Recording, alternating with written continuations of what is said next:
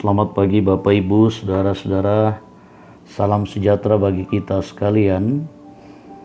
Di hari yang indah ini, hari Jumat tanggal 2 April 2021, kita kembali diperkenankan oleh Tuhan untuk mengingat, merenungkan penderitaan, pengorbanan Kristus demi dosa dan kesalahan kita, merayakan keselamatan yang Tuhan anugerahkan lewat pengorbanannya di kayu salib. Untuk itu Bapak Ibu, Saudara-saudara, di pagi hari yang indah ini, kita akan membaca dan merenungkan firman Tuhan, tetapi sebelumnya mari kita berdoa. Kita berdoa. Ya Allah kekasih Bapa di dalam surga, Allah yang rela merendahkan diri, direndahkan, dihinakan, menderita untuk penebusan kami sebagai manusia dari dosa dan kesalahan. Tindakan karya penyelamatan Allah yang begitu sangat luar biasa. Dengan itu kami diselamatkan dari kebinasaan karena dosa dan kesalahan kami.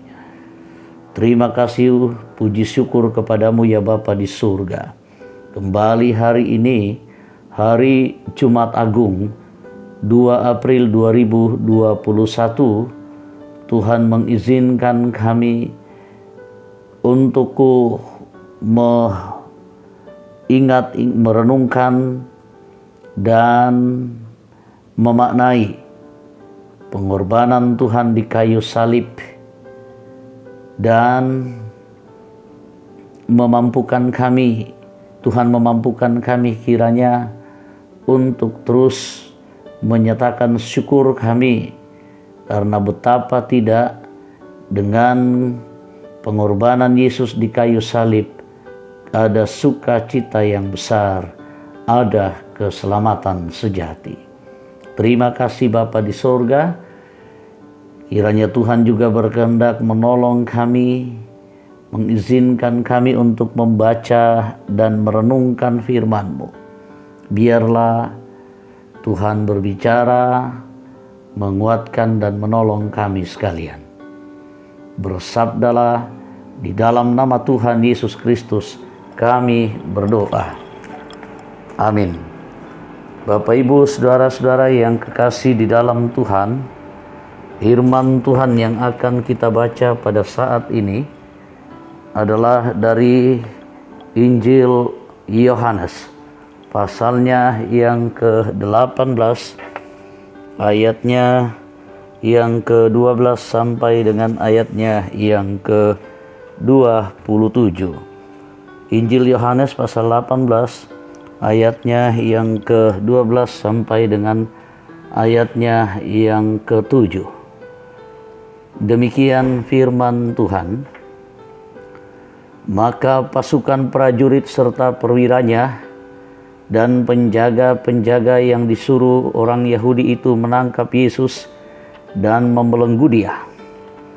Lalu mereka membawanya mula-mula kepada Hanas, karena Hanas adalah mertua Kayafas yang pada tahun itu menjadi imam besar.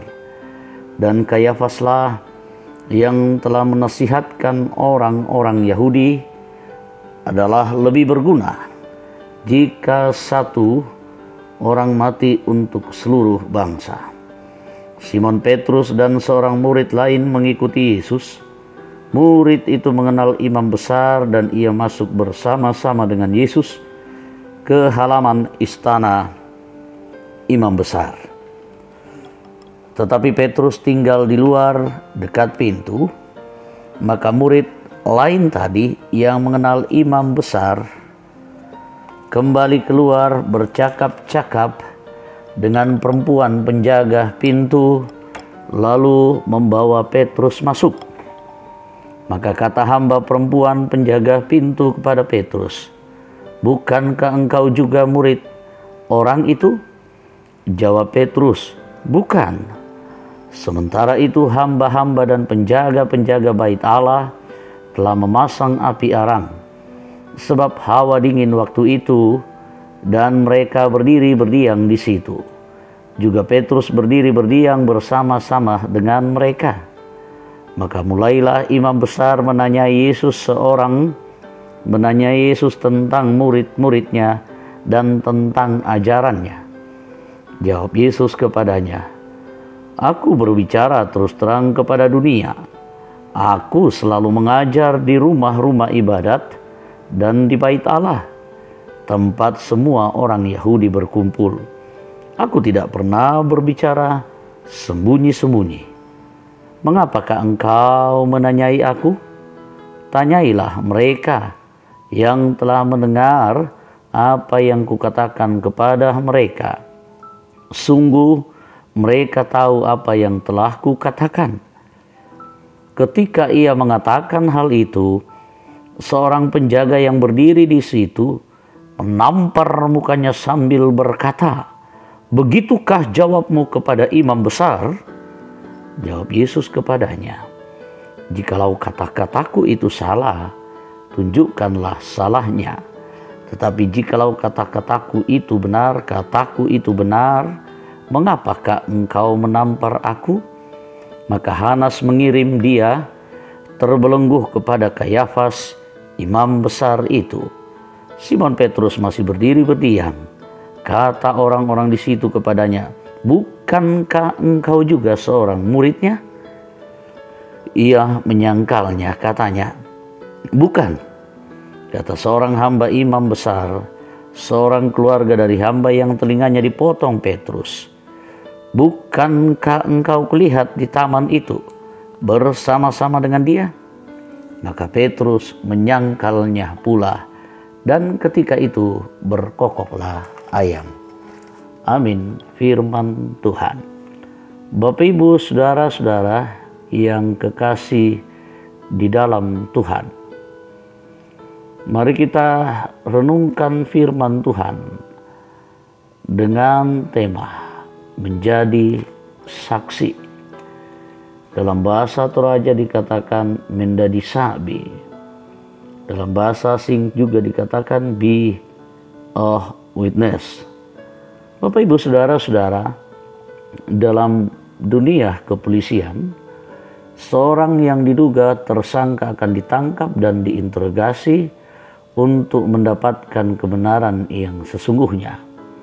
Biasanya, seorang saksi akan dihadirkan untuk membantu proses penyelidikan sebelum akhirnya terduga ditetapkan sebagai tersangka. Yesus dalam pembacaan kita tengah diperhadapkan dengan pengadilan di hadapan Hanas, bukan karena Yesus melakukan kejahatan.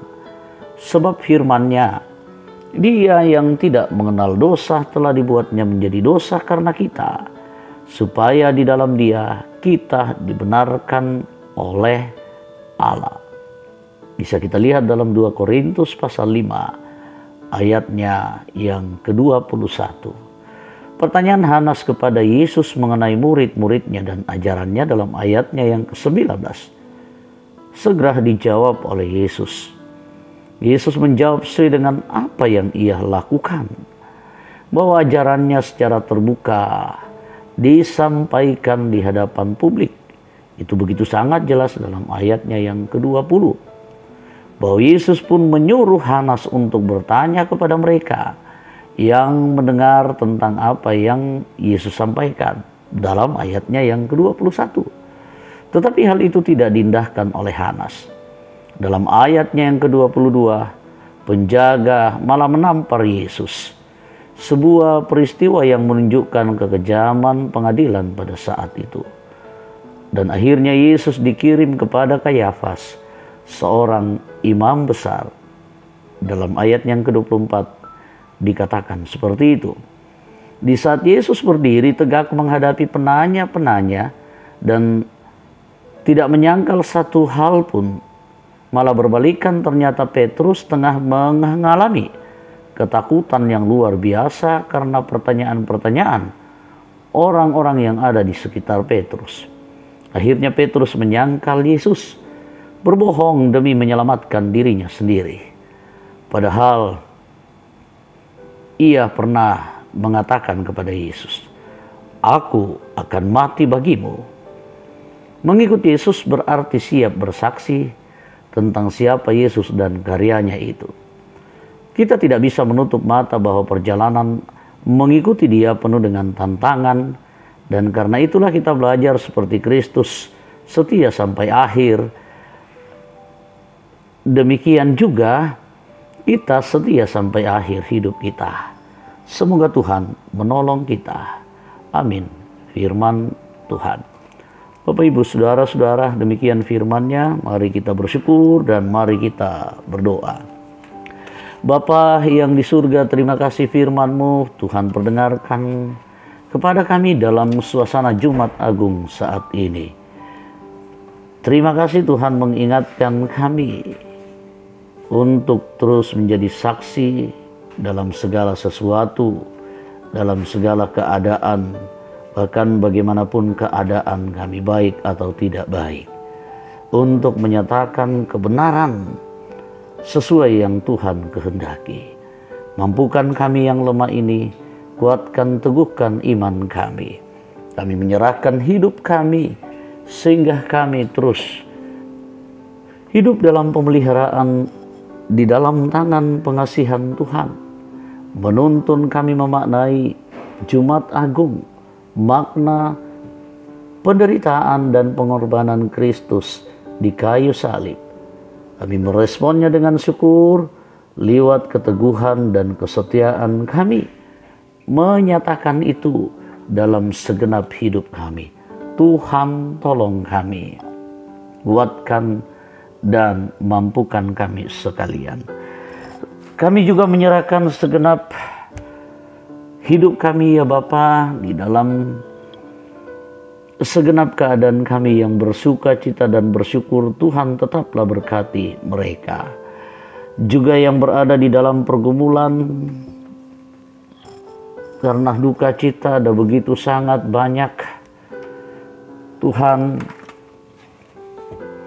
kasihani, teguhkan, kuatkan, hiburkan mereka yang berduka. Keluarga almarhum Nenek Boko, belum hilang duka cita. Menantu Bapak Suleman Pasomba, Engkau panggil dengan cara yang tak terduga. Belum lagi hilang duka cita itu, Saudara Bapak Suleman Pasomba, Engkau panggil Ibu almarhum Dorce Pasomba yang mengantar jenazah almarhumah Nenek Boko dan almarhum Bapak Suleman Pasomba ke Toraja. Duka cita yang amat dalam.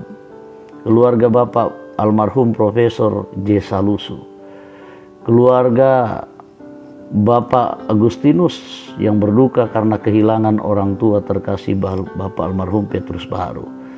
Bahkan kami juga segenap jemaat-Mu berduka cita karena hamba-Mu Engkau panggil tadi pagi, kemarin pagi, Bapak Samuel Kambuno, dan jenazah sudah diantar ke Toraja. Kuatkan, teguhkan iman percaya mereka, hiburkan mereka ya Bapa di sorga. Hal yang juga kami serahkan kepadamu, seluruh umat-Mu yang berada di dalam kelemahan tubuh. Hamba-Mu Bapak Pendeta Yusuf Sudi Maliku bersama dengan Ibu Pendeta Oktavina Lago, Nyonya Agustina Patonloan, Nyonya Dorce Tumembo, Nyonya CH Dengan, Nyonya Matius Ruru, Gabriel Nadine, Bapak Penetua Albertus Toding, Nyonya Rahel Toding, Saudari Muli, Bapak Simon Paulin, Bapak Ter Andi Lolo, Bapak Yusuf Rante, Bapak Oni Eslak Burlawal, Bapak Petrus, Bapak IE Salulinggi, Omah Keti, Nyonya Margareta Kobong, Bapak Karel Paranoan, Nyonya Ludia Kandola, Bapak Ibu Mathilda Timi Sela, Bapak Yusuf Dengen, Nyonya JS Bane, Saudari Naftali Minna, Nyonya Hermin Bongga, Nyonya Yohana Bura, Bapak Agus Mangi, Nyonya Damaris Siri, Bapak Sugeng Prihatno, Bapak Yakobus Pagiling,